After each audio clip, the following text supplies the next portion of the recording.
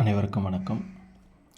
இன்றைக்கி இந்த வீடியோவில் டிஎன்பிஎஸ்சி குரூப் 1 பாலிட்டி 2025 கேட்கப்பட்ட கேள்வி. இது கொஞ்சம் ஈஸியான கொஷின் தான். ஆர்டிகல்ஸை நல்லா தெரிஞ்சிருந்தால் போதும் நம்மளுக்கு. ஸோ இதில் பார்த்தீங்க அப்படின்னா ஃபஸ்ட்டு இதுக்கு சீக்கிரமாக எப்படி கண்டுபிடிக்கலாம் இந்த கொஷினில் ஆன்சரை அப்படின்றத நம்ம அப்புறம் பார்க்கலாம். இப்போது உங்களுக்கு சப்போஸ் ஆர்டிகல்ஸே தெரியலனா கூட இதில் 2 வழி இருக்குது.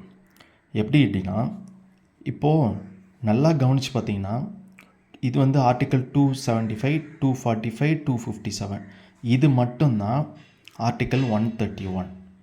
ஸோ அப்போது 121க்கு மேலே 120க்கு மேலேயே பார்த்தீங்க அப்படின்னா எங்கே வந்துடும் அப்படின்னா சுப்ரீம் கோர்ட்டுக்கு வந்துடும்.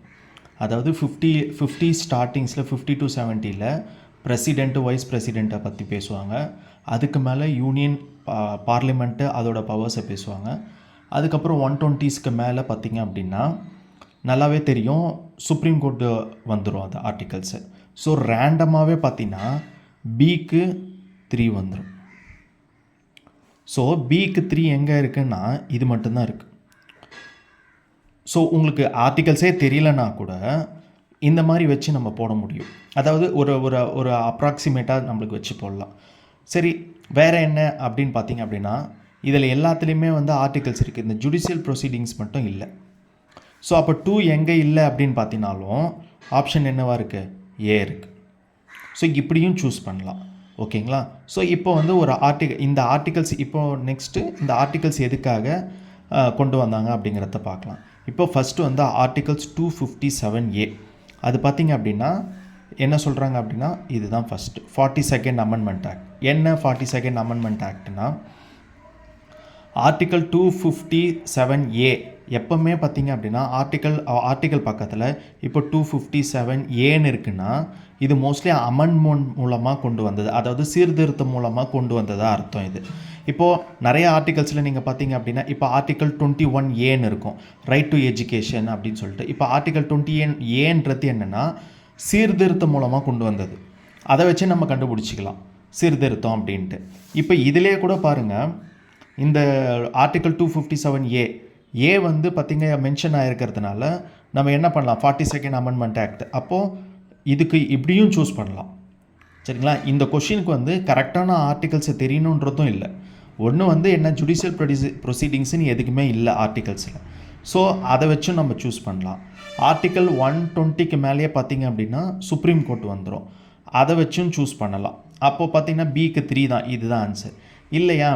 இப்போது ஆர்டிக்கல் 250Aன்றது என்னென்னா ஏன்னு போட்டிருக்காங்க அப்படின்னா ஆர்டிகல்ஸில் அது ஒரு சீர்திருத்தம் மூலமாக தான் கொண்டு வந்திருக்காங்கன்னு அர்த்தம். நீங்கள் எந்த ஆர்டிகல்ஸ் எடுத்திங்கனாலும் அப்படி தான் இருக்கும். சரி, இந்த ஆர்டிகல்ஸ் என்ன சொல்லுதுன்னு பார்த்தீங்கன்னா அலோட் சென்ட்ரல் கவர்மெண்ட் ஸ்டேட் கவர்மெண்ட்டில் சட்ட ஒழுங்கு கெட்டு போச்சு, சட்ட ஒழுங்கு சரியில்லை அப்படின்னா ஃபோர்ஸஸை சென்ட்ரல் கவர்மெண்ட் ஸ்டேட் கவர்மெண்ட்டில் இறக்கலாம் அப்படின்னு சொல்லி இதை கொண்டு வந்திருப்பாங்க. எந்த ஆர்டிக்கலில் கொண்டு வந்திருப்பாங்க, எந்த சீர்திருத்தம் மூலமாக கொண்டு வந்திருப்பாங்கன்னா 42nd அமெண்ட்மெண்ட் ஆக்ட் 1976 கொண்டு வந்திருப்பாங்க. இப்போது இது பார்த்திங்க அப்படின்னா இந்த ஆர்டிக்கலில் என்ன சொல்லியிருப்பாங்க அப்படின்னா கிளியராக மென்ஷன் சொல்லியிருக்க மாட்டாங்க, இதுதான் லா அண்ட் ஆர்டர், இந்த லா அண்ட் ஆர்டர் சரியில்லை அப்படின்னு சொல்லிட்டு கிளியராக மென்ஷன் பண்ணிகிட்டு இருக்க மாட்டாங்க. ஸோ இதனால் என்ன ஆகும் அப்படின்னா ஃபெட்ரலிசம் பவர்ஸ் சென்ட்ரலுக்கு அதிகமான பவர்ஸ் போயிடும். ஸோ அதனால் என்ன ஆகும் அப்படின்னா இந்த ஆர்டிகல்ஸை மறுபடியும் ஒமிட் பண்ணியிருப்பாங்க. எங்கே அப்படின்னா 42nd அமெண்ட்மெண்ட் ஆக்ட் 1978. சரி, இதெல்லாம் எப்படி ஞாபகம் வச்சுக்கிறதுக்கு ஒரு ட்ரிக் இருக்குது. இப்போ பார்த்தீங்க அப்படின்னா 4 + 2 எவ்வளோ அப்படின்னா 6. அப்போ 4 + 2 அப்படின்னா இங்கே வந்துடும் 6, 1976 ஞாபகம் வச்சுக்கலாம். இப்போ 4 + 4 8, அப்போது 1978 இப்படி ஞாபகம் வச்சுக்கலாம். நெக்ஸ்ட்டு ஆர்டிக்கல் 131 ஒரிஜினல் ஜூரிஸ்டிக்ஷன், அதாவது உச்ச நீதிமன்றத்தோட அசல் அதிகார வரம்பு இது சொல்கிறோம் நம்ம.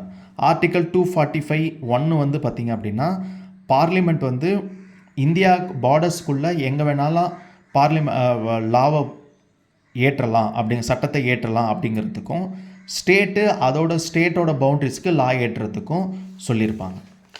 நெக்ஸ்ட்டு பார்த்திங்க அப்படின்னா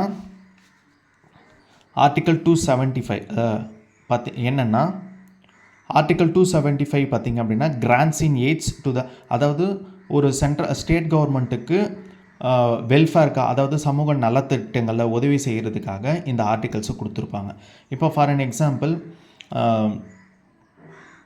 ஆந்திரா இருக்குது, ஆந்திராவும் தெலுங்கானாவும் பிரிச்சிச்சு இல்லையா? ஸோ ஹைட்ராபாட் வந்து ஆந்திராவுக்கு போயிடுச்சு, தெலுங்கானாவுக்கு போயிடுச்சு. இப்போ ஆந்திராவில் பார்த்திங்க அப்படின்னா ஒரு கேபிட்டலை உருவாக்கணும், அங்கே வெல்ஃபேர் டெவலப்மெண்ட்டை கொண்டு வரணும்.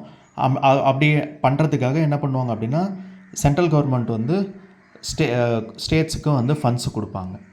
ஓகேங்களா? ஸோ அது இல்லாமல் எஸ்பெஷலாக என்ன அப்படின்னா ஷெட்யூல்டு ஏரியாஸோட வெல்ஃபேர் அதாவது சமூக நலனுக்கும் ரொம்ப அதிகமாக கொடுப்பாங்க. குறிப்பாக வந்து ஷெட்யூல்டு ட்ரைப்ஸுக்கும் ஷெட்யூல்டு ஏரியாஸுக்கும் கொடுப்பாங்க. இதுதான் விஷயம். ஓகேங்களா?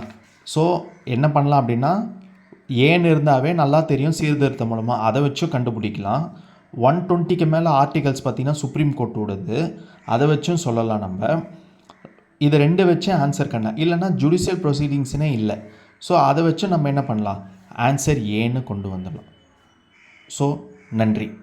இப்படி தான் கண்டுபிடிக்கணும். இப்படி தான் பிஒய்க்கும் தெரியாத கொஷின்ஸை அட்டன் பண்ண முடியும். நன்றி.